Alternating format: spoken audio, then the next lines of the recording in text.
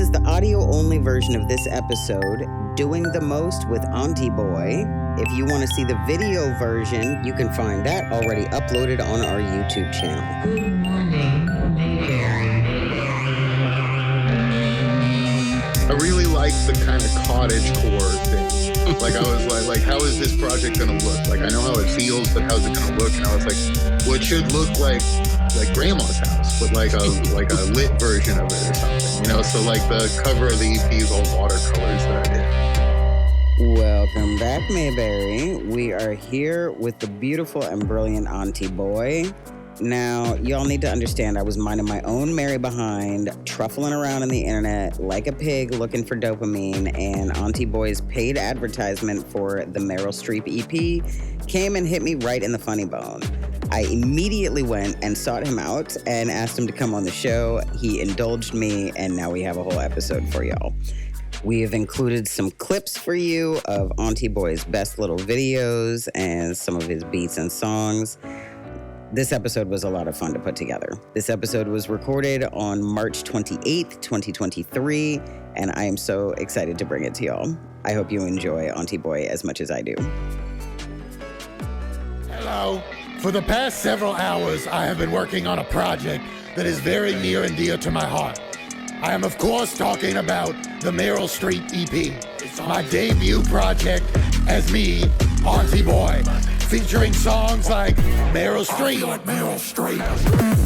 Crying in the Covers, featuring Omri, Turn the Party Gay. These are just a few of the auditory experiences you may enjoy if you are so inclined as to support me. Please support me. It would mean a lot, as I'm an up-and-coming rapper from the LA area. I'm not telling you what to do here. That's what's up. Auntie Boy, welcome. Hello, what's good? So many things. I just finished listening to the Meryl Streep EP, and I had a blast. Awesome, man. Thank you. Yeah. Who's your friend? My Twissleton. He gets a little anxious sometimes. I don't know. Like jumps up on my lap while I'm working and whatnot. So. Word. All about that.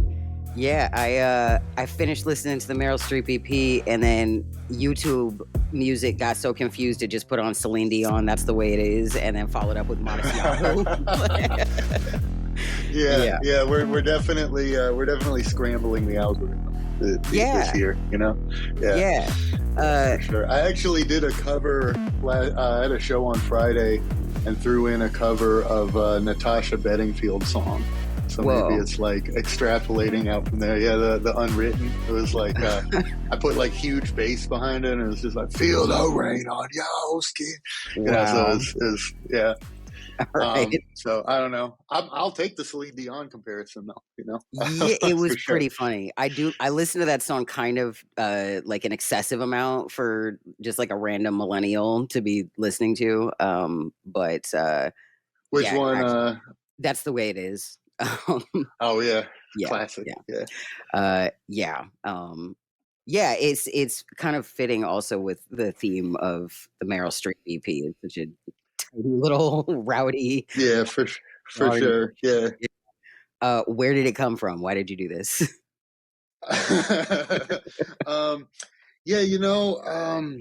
I'm just a really big fan of like in most creative stuff, but in art, in music especially, contrast, you know, like I love, I really like things that shouldn't be put together that work together, you know? So like, like when I came up with the name first. I was with my friend Jillian and we were at like a barbecue or something, and I just said Auntie Boy, and I was like, damn, this is just like those two very simple words, but that just connote like totally different meanings, you know? Yeah. And I was like, I don't know, I was just like, that's cool. It's just like, because I was saying I wanted to wear more like mohair and like cardigans and like pearls and stuff. And, and I was like, like aunties, because, call me Auntie Boy. And I was like, okay, just put that in the back pocket. And then,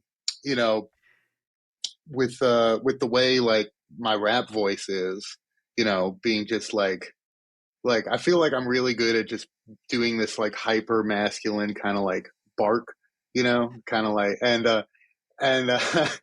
and with that I was like, well, it's got to be like, because you know, historically I'm way more of a producer than a vocalist, so I'm much more thinking about like the vibe like sonically. And I was like, Mm-hmm. well, like with this like timbre of the voice like is like perfect for that name, because you know, Mm-hmm. you think of this just like grandma going crazy on stage with this like, you know, like a DMX almost, or like a Viking type of, you know, something Yeah. like that. And I was like, I don't know, that's just like, that's great to me. So so I guess that's kind of where it came from. And you know, I was starting out, I would just like, you know, would like kind of do improvised like freestyle songs with my friend Omri. And and we did a lot of those, and they got kind of passed around like the LA music scene that we're in. And people were just like, yo, put those out. And I was like, those are never coming out. They're just completely, you know, like they're ridiculous or whatever.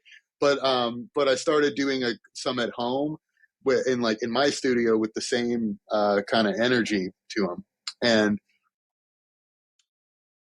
it just sort of like taking that kind of spirit. Like a lot of my songs are improvised. A lot of the Auntie Boy songs are improvised. Like "Turn the Party Gay" was a freestyle, which is the Okay. single that I led with. You know, and I was just I don't know, I like that. I like it. I like to kind of just let the free spiritedness of it just happen, and then spend a couple weeks like curating it so the vibe translates a little better, you know. So Mm-hmm. like freestyle the song, kind of like old Little Wayne mixtapes or whatever, where he just like rap for like forever, and then they just be like, okay, that's good, and you can't really sometimes you just can't replicate that um that kind of that like almost what Iggy Pop used to say he did. What he did was Dionysian, in the sense that he doesn't think about it and he just goes crazy, and then it kind of, that energy kind of somehow gets through in a way that you couldn't contrive. I Yeah. like that, you know. And like in the song Meryl Streep, there's a part where I say, "This beat really is bad." And then I kind of like chuckled to myself, and I was like, "That stays in the song." I don't know. It just hypes me up when I hear it, you know. Like Yeah. yeah, so I don't know. I like that kind of thing. But I mean, the whole aesthetic of it though is kind of my favorite part, because like I'm a graphic designer, like I do my own graphics and stuff. Mm. And I was like, I really like the kind of cottagecore thing. Like I was like, how is this project going to look? Like I know how it feels, but how's it going to look? And I was like, well, it should look like grandma's house, but like a lit version of it or something, you know. So like the cover of the EP is all watercolors that I did and stuff. And so it's like, Right. so I was like, that's, I don't know, that's kind of fire to me. And like at the shows, you know, there's all these flowers flying around. Like I bring like a bag of like flowers, and I put flowers on the microphone, so that when I'm Okay. like bouncing around, it's like this big bouquet of flowers, like going up and down. And but it kind of just makes sense. Like if you don't analyze it from a listener perspective, or when you're going to the show and you just like are like, okay, then it'll just sort of wash over you and just like make sense. And that's like my favorite thing, you know. So Yeah, it all immediately hooked me. It was one really, ad, oh like a nice. paid ad came through my news feed, and I was just like, I'm in. I sent it to like 100 people immediately. Like everybody needs to know this is Really? happening right now. Yeah. Oh, thank Uh you so much. yeah, yeah. For similar reasons. I like things that don't make sense to go together, and it was so contrast and bizarre. The aesthetic definitely was gripping. And Thank the you. track list, yeah, like Yeah, there's like yeah. individuals that I'm like, I have to send this song to so and so right now, because I Oh, specifically that's Turn the so Party cool. Gay. Yeah, that went Yeah, yeah, yeah. real quick Yeah, to a that bunch of one's people. yeah, that one I love that, because it's like turn the party gay. Like that's a classic kind of like just like something that just turn your frontal lobe off and say. And I'm just like, yes, like, you know, that's the ethos, you know. You put the song on, everything explodes and it's gay now, you know what I mean? So it's like that at least that's the intention, you know. So Yeah, yeah, it's funny too because there's a little more like the preview. you've got the hooks going repeatedly in the verses. I was like, oh, this is a little aggro more than I anticipated for some of the songs. I need it like this. Yeah. Great. And yeah, it just was Yeah. so pleasant Yeah, to I really mean, enjoy the whole thing. yeah, I mean, it's like just because a song is like aggro doesn't mean it's like, totally heteronormative or whatever. It's like we can bring that energy, into the Yeah. community. It's cool. It's cool to me. It seems like, I mean, the project's been out for about a month, and it seems like people, like, it's resonating with people, which is awesome. Because it's like something that's like new, and also doesn't necessarily like have the most coherent hashtag sorting. It's like, put it out and it's kind of like, well, maybe this is just going to be for like me and my homies, Sure. but I mean, just with the reaction to it so far, I'm like, oh, sick, like people think it's cool, like I think it's cool. So Yeah. No, there's a lot of boring shit out there. It's certainly anything but. It's really creative and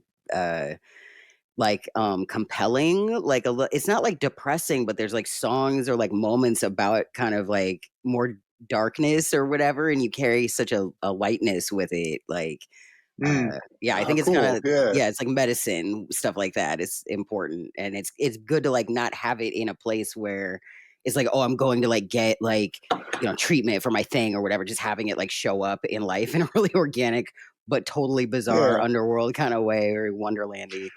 Yeah. No, Yeah. that's a really cool description. I might not have put it quite like that, but I like that a lot. So Word. How long have you been making music? oh man. So I've been making music pretty much since I saw this is like a kind of a weird reference for this project, for Auntie Boy, but like I saw the Justice documentary, like the band, like the French DJ duo Justice. I saw the Across the Universe thing, and I played in bands in like high school and stuff, and like my dad's a musician, like he's a pianist, so I kind of grew up like copying him and stuff with like keyboard, and kind of got attracted more to guitar. But then I saw that documentary, and I like immediately like got my hands on a copy of Logic Pro and just started making like beats and stuff. Mm-hmm. So if you count that, it's been a long time. But I haven't really been ever using my voice Mm-hmm. in my music. Like I mostly made beats for other people. I did a bunch of like hip hop ghost production like way back in the day. Mm-hmm. And then I toured as like a electro DJ for a while. But with Auntie Boy, Auntie Boy is brand new. Like the idea of putting my voice like as the artist persona, like that's very new. So yeah. Okay. All right. Well, it was a good idea. Definitely. Thank you. Yeah. Yeah. How many shows have you had? Are you like gonna be doing this for a while? What do you got? Yeah. No, we're gonna. I mean, just given the way it like feels to me, Mm-hmm. to have this music out, like I say run it to its like logical conclusion wherever that is. But yeah, 2 shows so far, and like that's honestly my favorite part by far. Like I love performing, and try to like the kind of like surrealist like contrast of things that I have in the music, like bringing that into like a room is Mm-hmm. a super interesting like kind of thing that I think about, so like and it's a brand new project, so we don't have like a ton of budget for like actual production yet, which would be awesome. But I played at 1720 in Los Angeles. The first show was there, which was great because they have this big, long LED wall, and it's like a weird aspect ratio. So me and Omri just got super into it, and just like our whole sets had like, you know, movies behind it basically. And you know, I think that adds like a huge amount to the performance. So, you know, like but I played on Friday at like a smaller venue, and they just had a like screens, like projector screens and like TVs all around. So my visuals were just like all over these TVs. That was also pretty cool. So it was kind of like, right. you know, but yeah, 2 shows so far. Definitely planning on more. You know, got a single coming out on Friday that I sort of synced up with my birthday, called "In Love with the Plug," that I'm like super excited about. It's definite, yeah. So I saw an ad about that, yeah, and it that's hell yeah. particularly it tickles me right now because of some crap Yeah. happening in my life. But Oh really? yeah, What's going on? I mean, I found out some information about some bothersome people, and seeing the title of that song was kind of like, oh, interesting. That's a weird thing to oh god. contrast with this new information that I was just given. Oh yeah. Um, Damn. yeah, Yeah, it sucks. happy early Like, birthday. That's thank you. yeah, Yeah, Aries season. You know. yeah, that's what's up. Okay, that makes sense. Yeah, a lot of sense. Yeah. Yeah, I'm actually. I don't know if you're like into that stuff. I kind of have one foot in, Enough. one foot out. You know, it's more like it's fun for me. But my mom is like a really big hippie, and when I was like a teenager, she had like a shaman visiting and had him do like a natal chart reading. Okay. And I discovered I'm actually a triple Aries, so it's like Sun, Moon, Rising are all Aries, which I think is like kind of rare. So Uh-huh. Yeah, triple anything I think is kinda rare. yeah, That's interesting, alright.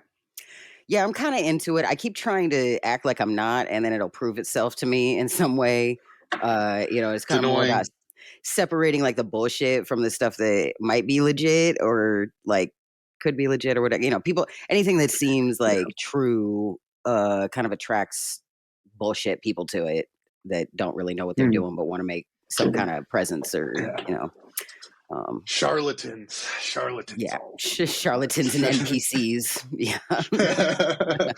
Yeah. I mean, a lot of it seems like is kind of like truisms about most people that Mm, are kind of like, you know, like almost like some of the stuff is like you could suggest it's like, well, you know, you have 2 different sides. It's like, well, everybody does. People contain multitudes, you know. So it's like it's hard to tell like where the commonalities of everybody and where the things that are like specific to like, you know, one group of people are, you know. So yeah. but I do like it though, and I do pay attention. Obviously, I got a natal chart reading, so you know, I'm not really sure where I fall on it. But Those are always fun. I've had a couple done. The only one that I've had done comprehensively, a couple months later, it was like a person I grew up with, and then a couple months later, it became evident that some of the, um, like the interpretation that she had given was very personally driven by her own expectations or like desires for my behavior, basically. Uh, yeah. that is something to think about. You know, it's like, you know, yeah. One comment I always get is like, "Oh, you're so calm for an Aries," you know, like, and it's like, well, you know, one, I don't think that's true, but then also it's like, what, like, you know, should I not tell people I'm an Aries because you're expecting this like maniac to pop out or whatever, you know? But I don't I know. It mean, kind I of, yeah, don't I know guess that. it's, I don't know that anybody actually acts like the descriptions of Aries. You know, like memes will come up and it's like, well, yeah. one came today. It was like why I switched from meditation to screaming or something, and it was like an Aries labeled. And I was like, I mean, kinda, but mostly Aries women that I know, if anything, first of all, and then also like not really even. You know, there's kind of just Yeah. Well, very few people act like memes in my that's real. experience, you know? Yeah. Yeah. So, Yeah. but Yeah, for some reason though, people keep sending them around and making them, and, yeah, yeah. like, I don't know, the most archetypal, you know, thing. Like on a individual level, people don't act like memes. On a group level, people often act like memes, if that makes sense, you know? It's like, Does. Yeah. I think that's actually the definition of memes. If I'm not, can't remember, but there's yeah, something about like collective, like they don't really memetics. exist in a vacuum. Yeah. They're not. Yeah, yeah, it's mimetic repetition. You know, you say something to one person, they ideate on it, you know. Which I didn't know, and I was watching some old sci-fi show, and they had this like consortium of aliens, and this is like a show from like the 90s, and they're introducing all these like alien delegations, and these like creatures walk in, and they introduce them as the inventors of the repeated meme, and I was Whoa. like, whoa, hold on a minute, like did this show just like, I think it was like, I'm not a fan of Doctor Who, but I think I was watching Doctor Who with like an ex, and I was like, did Doctor Who like predict memes? And I like looked into it and saw the definition of the word. But, you know, I was like, man, that would be so awful if Doctor Who predicted memes. I don't know why I would just hate that. Yeah. I haven't seen much Doctor Who. People keep telling me I like need to watch it, and I just can't ever really start. But That's the only time I watched it. That's the only time, but like the vibe I got from it was like very cozy. I think it was like very campy, cozy, like chill. It seemed like something that if I liked as a little kid, I would like still watch, you know? But makes sense. I think maybe it's like a soothing show for people, you know? Because it's like, I think the like low budgetness and the weirdness of it and like all the lore is like kind of comforting, you know? So.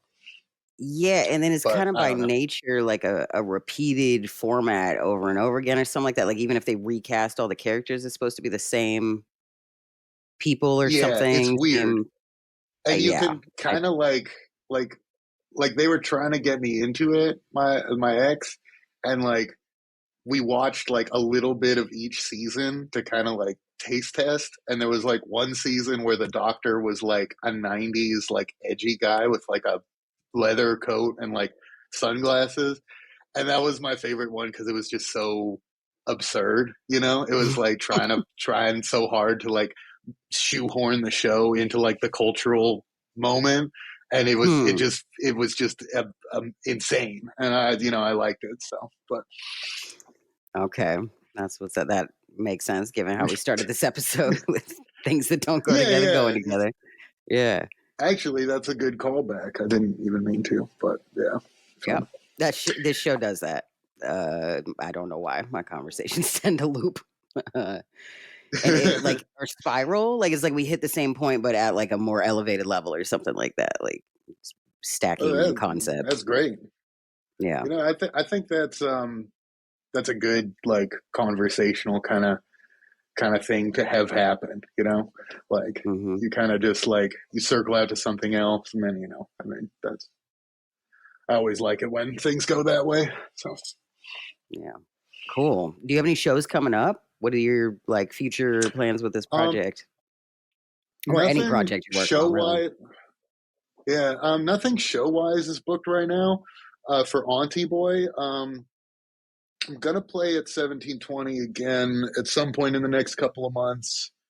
But the biggest thing on my radar right now is the single that's dropping on Friday, "In Love with the Plug," which I'm gonna like push that super hard because that's probably my favorite song I've made.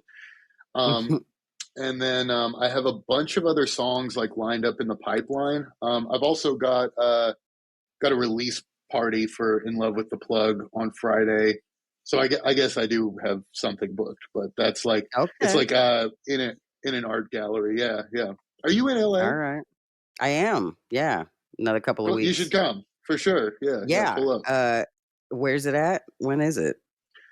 It's like in an art gallery in Skid Row on that my friend owns. But it's like a cool space. It's like yeah, it's at this place called Violet 7 Studios. Shout out Violet 7. You know, definitely. You know, she's getting it off the ground. So,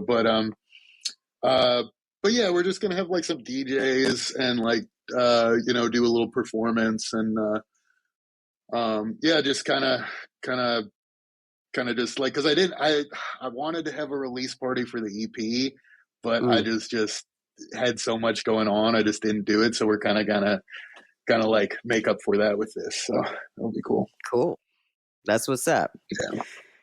Yeah, I think that's cool. There's a lot of expectations around things sometimes, and we have so much going on. You got to just figure out how to have joy where you can fit it in and make things the way you want them to be. I also kind of like that the EP came out like low key, because like a lot of my friends were just like, "Yo, have you heard like Daniel's music?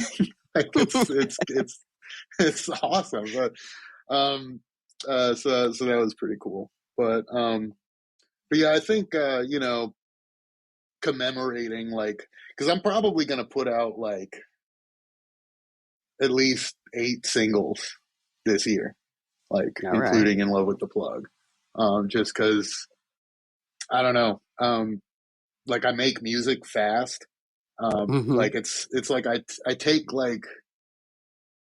about an hour to make the beat, right, and that's like strictly a vibes based process. Like it's just kind of like moving things around until I feel good with it, and then I like record a song in like half hour, and then I spend like a week polishing it, editing it up and stuff, and then get it mixed and mastered and stuff. So it's just, I mean, it's so fun for me, and I've banked up so much music even just over this month that I feel like just every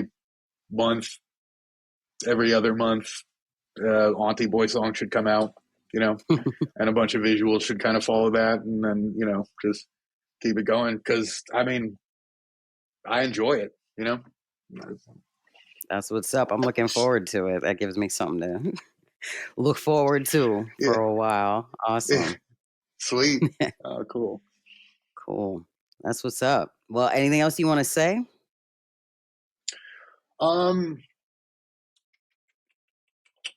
Be nice to people, and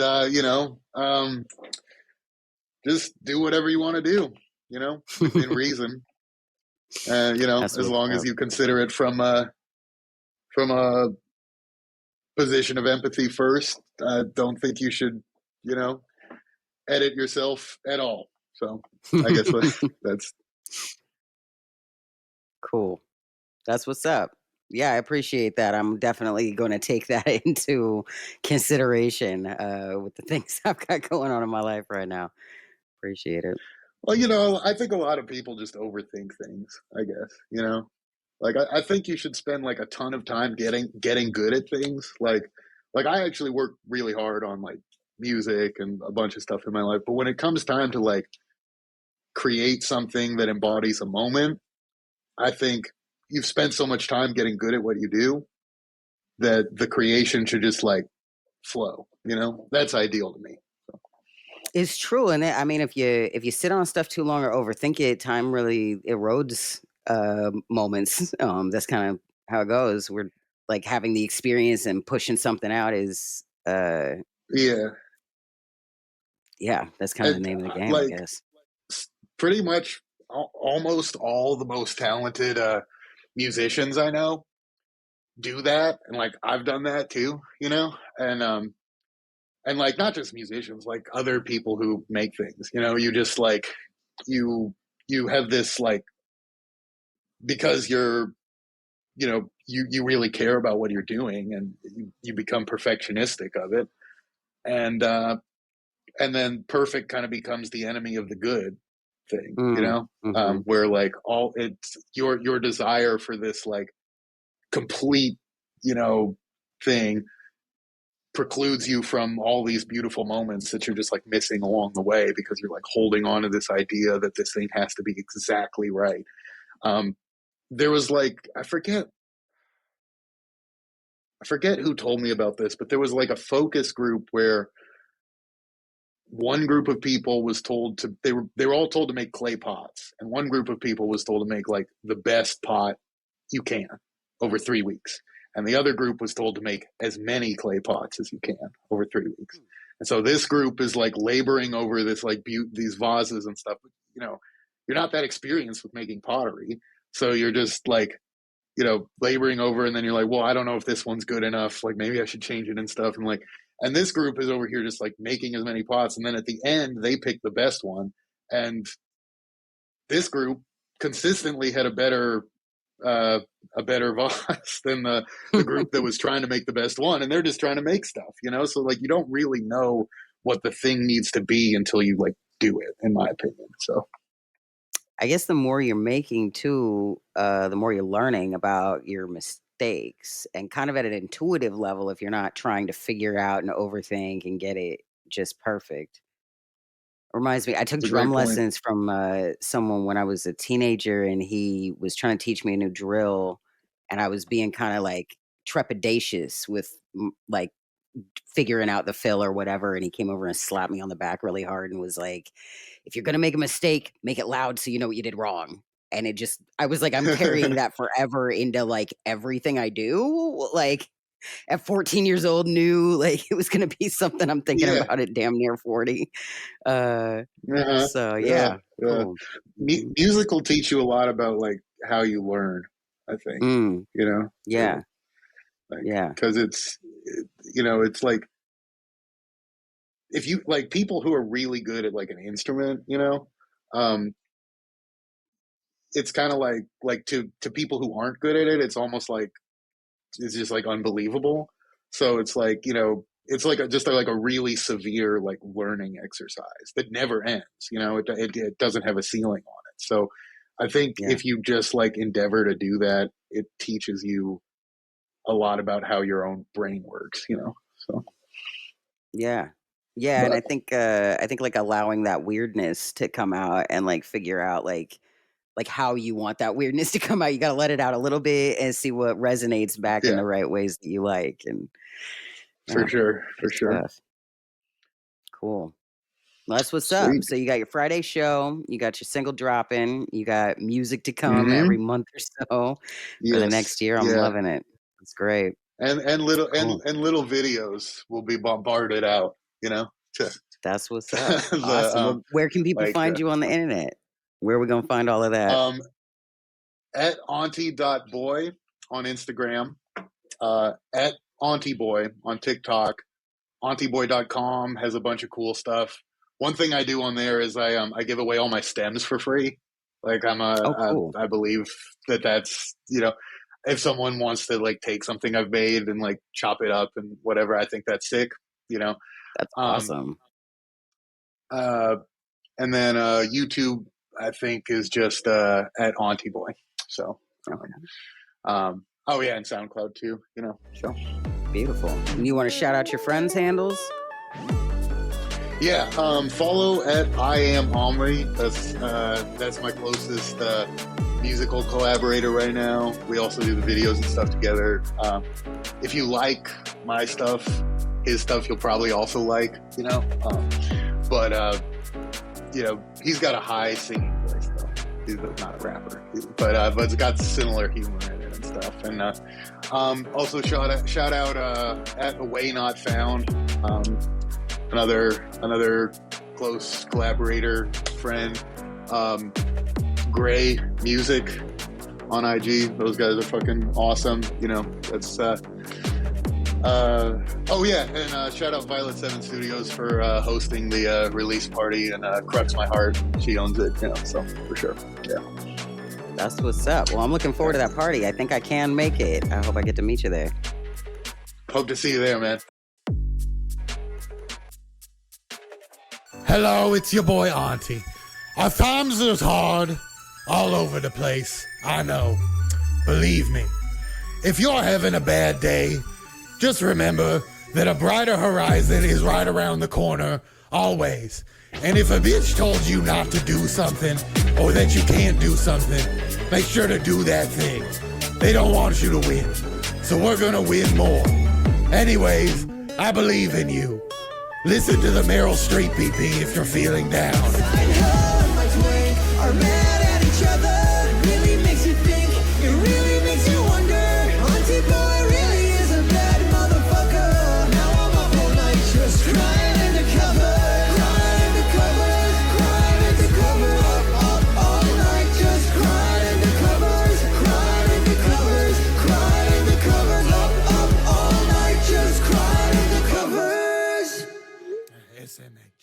for In Love with the Plug.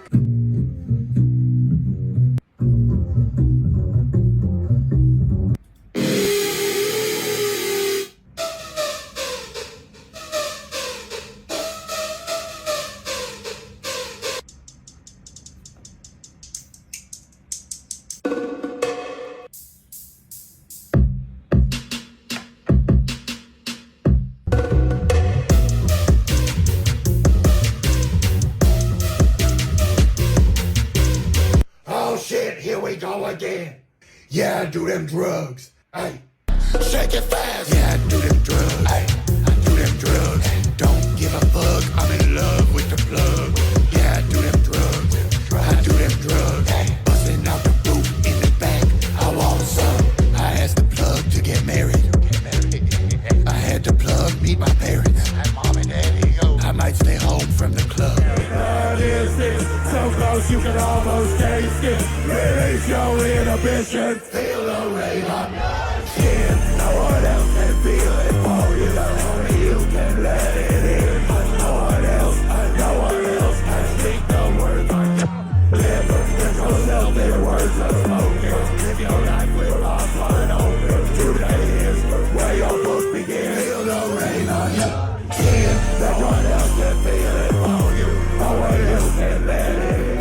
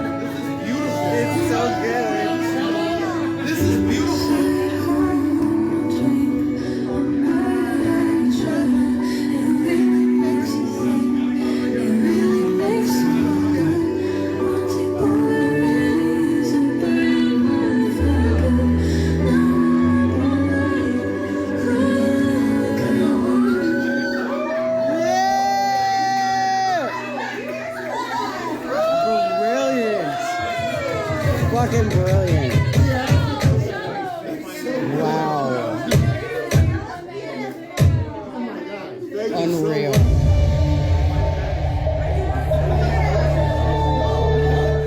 If you want to see the videos that go along with the clips in this episode, go check out the Good Morning Mayberry YouTube channel where we've got the video version of this episode already uploaded. And let me just tell you, it's worth the time to listen again. Alternatively, you can find all these videos on Auntie Boy's social media, except for the Echoes cover of Crying in the Covers. That is my video that I got on my phone at the release party for In Love with the Plug.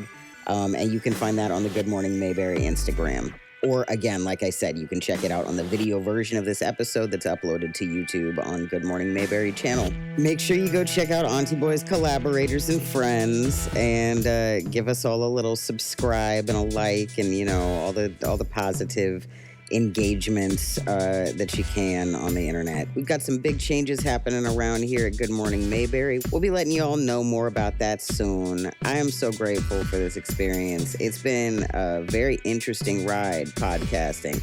It's the most dangerous job I've ever had, frankly.